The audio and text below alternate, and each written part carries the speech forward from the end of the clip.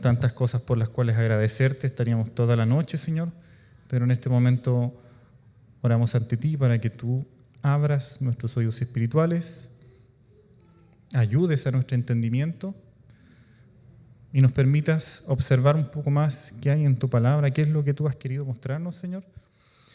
Y ayúdame a mí primeramente, Señor, para poder hacerlo de la forma en que tú deseas, Señor.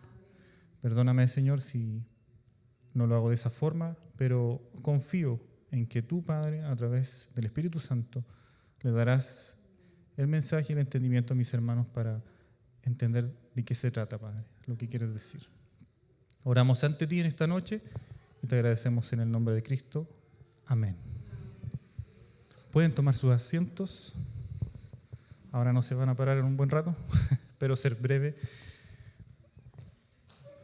Bien, en esta palabra, mis hermanos, en contexto, todos más o menos conocemos qué está ocurriendo en esta palabra. Adán y Eva acaban de pecar, ¿cierto? ¿Sí o no? Sí. Y ahora Dios en estos versículos está maldiciendo a la serpiente. Y es un momento crucial e importante en la vida de todos nosotros, en la humanidad. Es el principio de una muy difícil historia para todos. Amén. Entendemos que Adán y Eva lo tenían todo, ¿o no? Estaban en el huerto de Edén y se les había entregado para que ellos lo trabajasen y lo prosperasen. Tenían una sola tarea, tenías una sola cosa que hacer. Amén. Cuando Dios, en esta palabra que leemos y que está atrás mío y que pueden leer una y otra vez, y esa es la idea, cuando Dios declara que va a poner enemistad entre la serpiente, que entendemos que es Satanás, y la mujer, no solo está hablando de un conflicto físico entre Eva y la serpiente, que normalmente es lo que entendemos cuando lo leemos de buenas a primeras, ¿no? Sino que se refiere a la lucha espiritual que duraría a lo largo de toda la historia. Bueno, hay algo que está mal ahí, no es toda la historia, ¿ya? Era para saber si estaban atentos. Desde el momento en que Satanás engañó a Eva, en el Edén hubo una ruptura entre relación de Dios y la humanidad. Eso lo tenemos súper claro todos acá, ¿cierto? Pero esta enemistad también señala que no sería esta la última palabra. El mal que está representado aquí por la serpiente, y como todos sabemos, en un futuro iba a ser derrotado, ¿ya? Entendiendo que está hablando de Satanás como la serpiente. Y esta, mis hermanos, es la primera promesa. No estábamos de acuerdo con Ares, pero hemos hablado de promesas y esta es, podríamos decir que la palabra es la primera promesa. Es la primera promesa porque aunque el enemigo haya sembrado el pecado, Dios tiene el control y ha comenzado a tejer un plan desde este momento que estamos leyendo para restaurar esta relación entre Él y nosotros. Siempre me acuerdo mucho de una predicación que escuché aquí de Pastor Julián en una vigilia, no sé si se acuerdan, de jóvenes, que Dios quiere recuperar esa relación que empezaba en Génesis. Esa relación. Y de eso se trata. Y a veces el problema no es que tanto sepamos de esto, no es que tan clara tengamos esto, sino que a veces somos nosotros mismos. En nuestra vida también enfrentamos estas enemistades como las que podemos ver entre la serpiente, ¿cierto?, y la mujer. También no solo dificultades en el ámbito secular, no solo dificultades económicas, de enfermedades, sino que también tenemos muchas veces luchas espirituales. Y pueden ser incluso las más difíciles. Esta enemistad todavía sigue existiendo en el pueblo de Dios. Pero este versículo a nosotros nos debe recordar que aunque enfrentemos todas estas tentaciones, dificultades que se nos presentan, Dios ha declarado que la victoria está asegurada a través ¿de quién? De la persona de Cristo. Amén. Gloria al Señor. Con eso nosotros estamos seguros de que no estamos solos en todas nuestras batallas. Acá la simiente de la cual estamos hablando, uno podría decir, ¿qué quiere decir el Señor con esto? La simiente, que es en singular, la simiente de la mujer que es mencionada en este versículo apunta a la persona de Jesucristo. Estamos leyendo Génesis. ¿Quién nacería de una mujer? Amén. Pero sin la intervención de un hombre, o sea, a través del Espíritu Santo. Gloria al Señor. En el cumplimiento de esta promesa, que es la primera que estamos leyendo, dentro de una noche de promesas, Cristo viene como la simiente que derrotará a Satanás. Amén. Amén. Estamos de acuerdo. Yo le dije a mi esposa, tienes que decir amén cuando...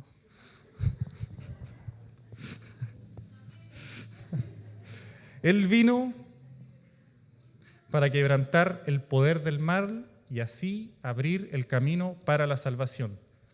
¿Y esa salvación para quién es? Para nosotros, ¿cierto? En la cruz, mis hermanos, Jesús venció a Satanás, al pecado y a la muerte. Recordemos eso, recordemos el sacrificio. Fue un cumplimiento de esta profecía que estamos leyendo. Algunos no van a estar de acuerdo. Háblelo con un judío, no va a estar de acuerdo con esto que estamos hablando, con esta interpretación. Pero tiene total sentido para nosotros porque nosotros creemos en Jesús y en su sacrificio. Amén. Como dice el versículo, esta simiente te herirá en la cabeza. ¿Le herirá en la cabeza de quién? De la serpiente, ¿cierto? Y la cabeza, ¿qué representa en la serpiente? Si a nosotros nos hieren en la cabeza, ¿qué ocurre? Es el órgano más difícil en el que nosotros podamos defendernos, ¿no? O sea, nos pegan en la cabeza, primero duele mucho, segundo vamos a quedar aturdidos, no vamos a entender qué es lo que pasa. Yo siempre me acuerdo cuando pequeño me dieron 2 tecs cerrados, por eso soy así.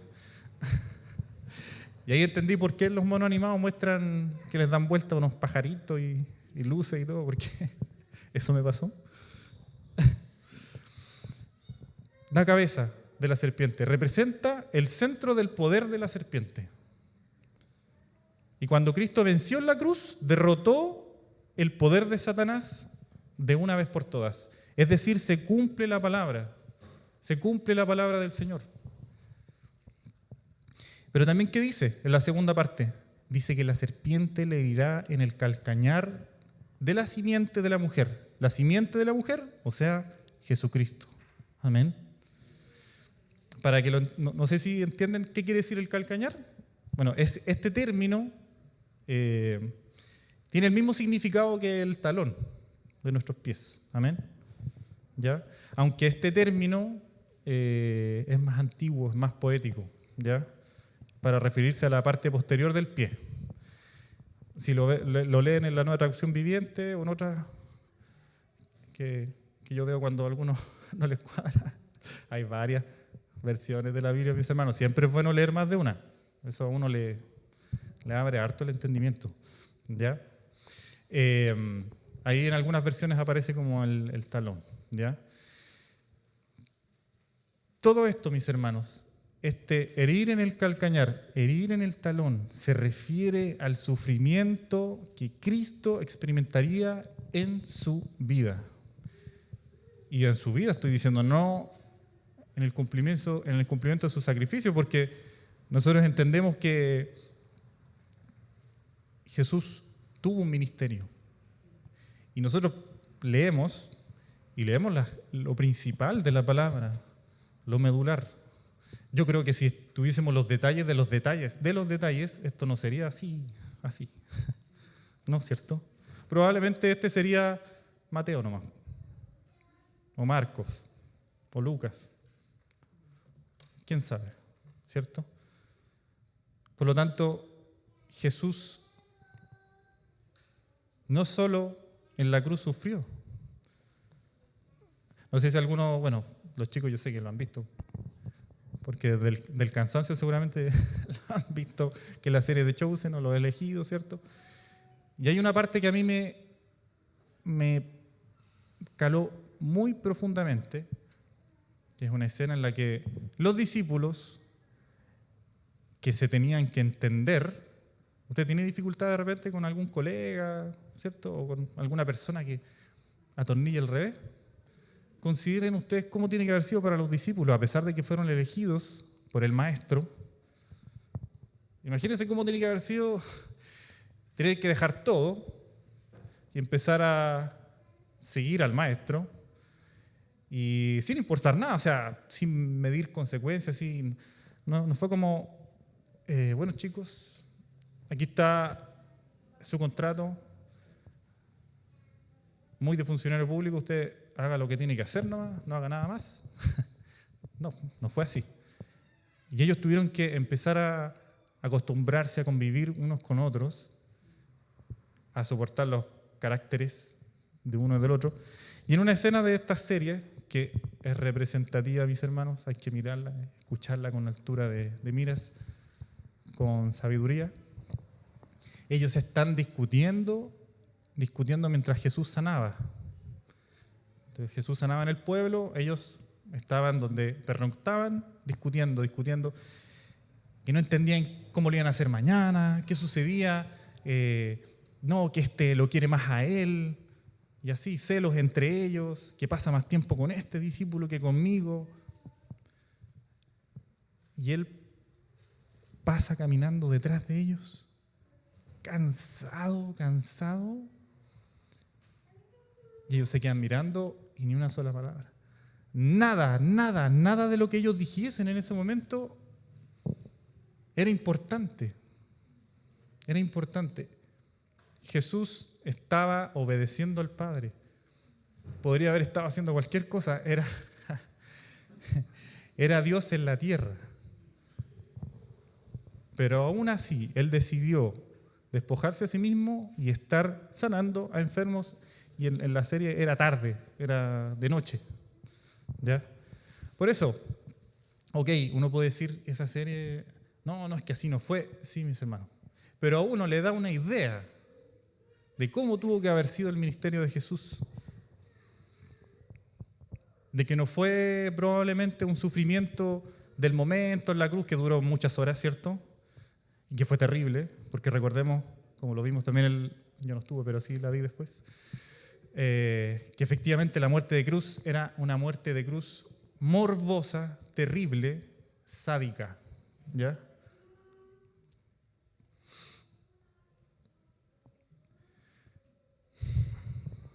Bendito sea el Señor. La herida en el talón para el Señor no es mortal, no fue algo mortal para Él. Si no, estaríamos hablando de otra historia donde Satanás haya vencido a Jesús y no fue así. Pero esta herida en el talón marca el sacrificio y el sufrimiento que Él tendría que soportar para cumplir el propósito de salvación para el cual fue Él llamado. Y no nos olvidemos, mis hermanos, Él era un hombre como tú y como yo, aquí sufrió y sufrió. Amén.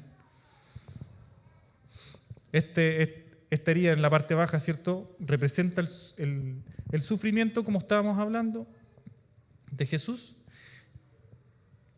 Y al humillarse Él y tomar sobre sí mismo los pecados del mundo, sin embargo, mis hermanos, este sufrimiento no fue el final.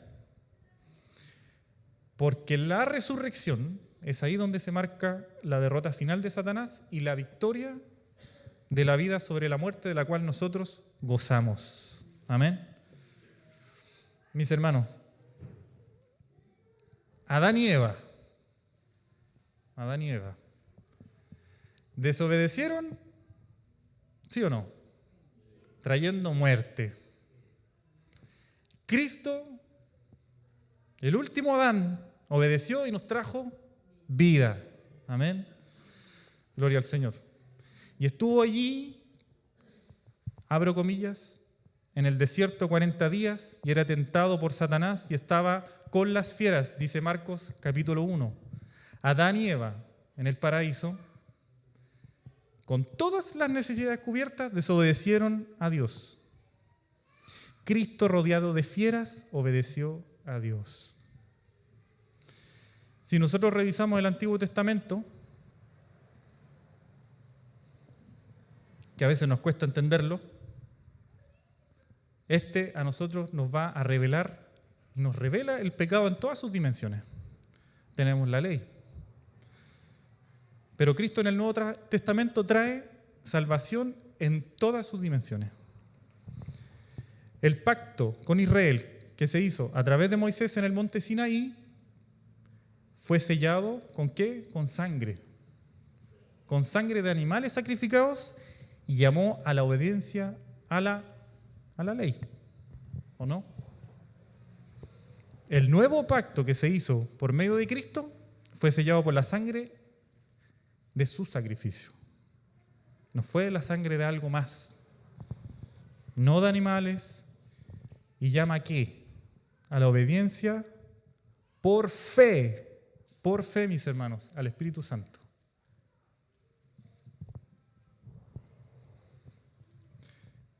Eso es lo hermoso de la palabra del Señor, que podemos contrastar desde los primeros versículos del Génesis y descubrir a Jesús en él. Díganme ustedes si eso no es hermoso, si no es impactante, si no nos llena de esperanza y de gozo finalmente. A mí por lo menos eso me pasa y por eso traje esta palabra, mis hermanos, porque créanme ustedes que uno le gustaría exponer de muchas cosas, ¿cierto? Porque podríamos estar toda la noche hablando del Señor. Pero de pronto uno encuentra ciertas cosas en las que se impacta. Y cómo uno puede ver en los primeros 3 versículos de Génesis una promesa tan grande para nosotros. Mis hermanos, en el Antiguo Testamento, y esta es una pregunta, puede ser retórica, pero nadie podía entrar en el lugar santísimo, excepto, ¿quién? El sumo sacerdote, ¿cierto? ¿Y cuándo podía hacerlo? Una vez al día, una vez al mes, una vez al año. ¿Y después de qué? Después de haber sacrificado por sus propios pecados. Ahora, el nuevo pacto, ¿qué dice en Hebreos? Así que, hermanos, teniendo libertad para entrar en el lugar santísimo por la sangre de Jesús, por el camino nuevo y vivo que Él nos abrió a través del velo, esto de su carne. Hebreos 10, 19, 20. Y se los leo en la Nueva Traducción Viviente. Así que, hermanos, debido a que tenemos plena libertad para entrar en el lugar santísimo, recordemos, ¿quién podía entrar? ¿Cuándo podía entrar? ¿Y bajo qué estatuto podía entrar? Aquí es una invitación de plena libertad para entrar al lugar santísimo. ¿Por medio de qué? De la sangre de Jesús, por el camino nuevo y vivo que Él abrió para nosotros a través del velo, es decir, de su cuerpo. Gloria sea al Señor.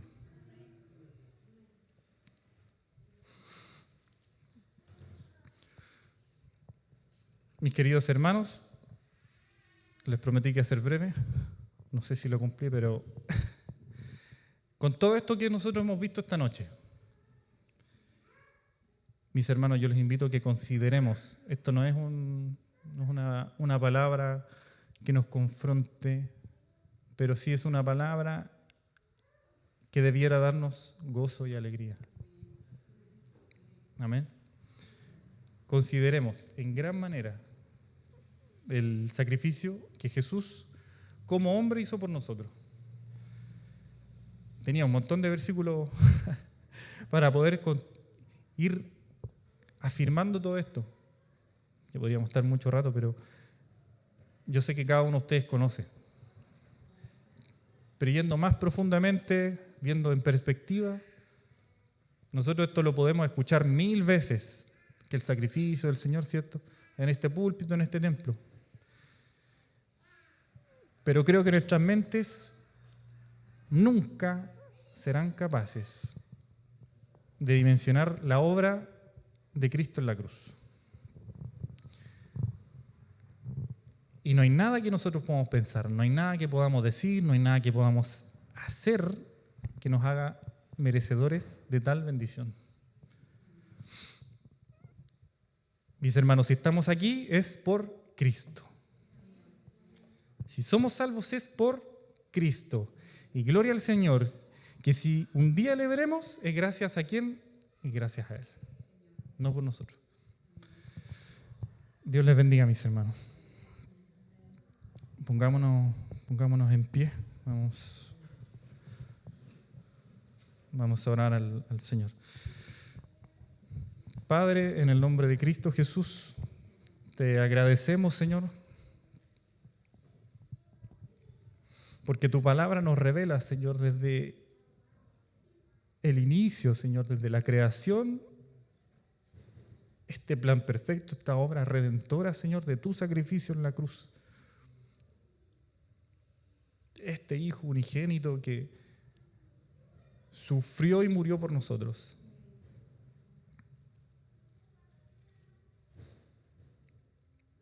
Que nosotros con mucho esfuerzo podemos tratar de imaginar, podemos tratar de pensar cómo fue lo que Él sufrió.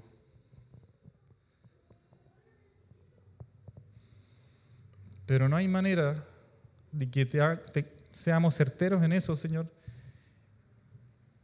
Pero tú sabes y conoces que no es lo realmente importante, sino lo realmente importante es que podamos entender que por tu gracia somos salvos, que por tu gracia, Señor, un día te veremos y entenderemos cuán grande y profundo amor tuviste por nosotros, Señor. Haznos hijos fieles, Señor. Perdónanos si nos equivocamos, Señor. Y si lo hacemos deliberadamente, Señor, yo te ruego que nos perdones, Señor, y que nos bendigas y nos ayudes por todos los medios, Señor, a ser hijos fieles, Señor, de los cuales tú te sientas orgulloso y que después puedas decir: bien hijo, bien siervo fiel, entra en el gozo de tu Señor. Queremos ser hijos dignos de ti, Señor. Y es por lo cual estamos en este lugar y buscamos más de ti y te adoramos. Gracias, Padre, por esta noche. Gracias, Padre, por esta oportunidad, este privilegio tan grande, Señor. Y yo te ruego y te pido que bendigas a cada uno de mis hermanos que ha tenido la paciencia, ha tenido la virtud de escuchar tu palabra. Yo ruego en el Espíritu Santo, Señor, que tú seas hablando a tu iglesia. En el nombre de Jesús oramos. Amén.